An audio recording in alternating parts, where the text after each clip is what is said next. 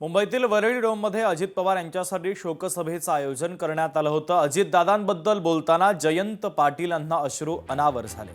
दुश्मन न करे दोस्त ने वो काम किया है, उम्र भर का गम हमें इनाम दिया है, असं जयंत पाटील यांनी म्हटलं। पवार साहेबांचा हुकुमी इक्का अजित पवारच असं जयंत पाटील यांनी म्हटलेलं आहे।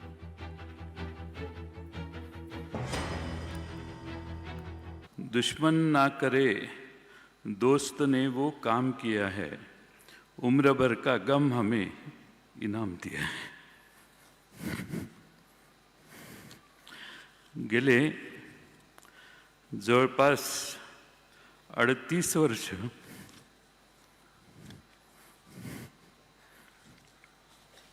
आम्ही एकत्रित काम केलं।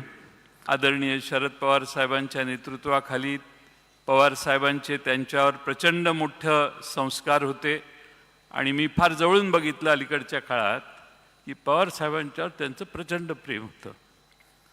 आज खरं म्हणजे पवार साहेबांचा मी तर म्हणेन आजही पवार साहेबांचा हुकमी एक्का अजित पवारच होते। एवढा अजित पवारांच्यावर शरद पवारांचा त्यांच्या कर्तबगारीवर फार मोठा विश्वास होता। दादांनी स्वतःच्या बारामतीची काळजी घेतली आणि महाराष्ट्राची काळजी घेतली, असा नेता पुन्हा होणे नाही।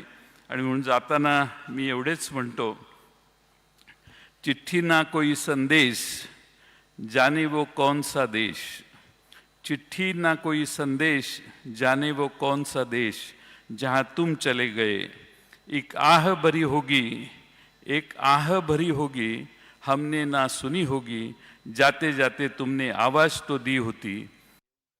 निर्माण करत असत।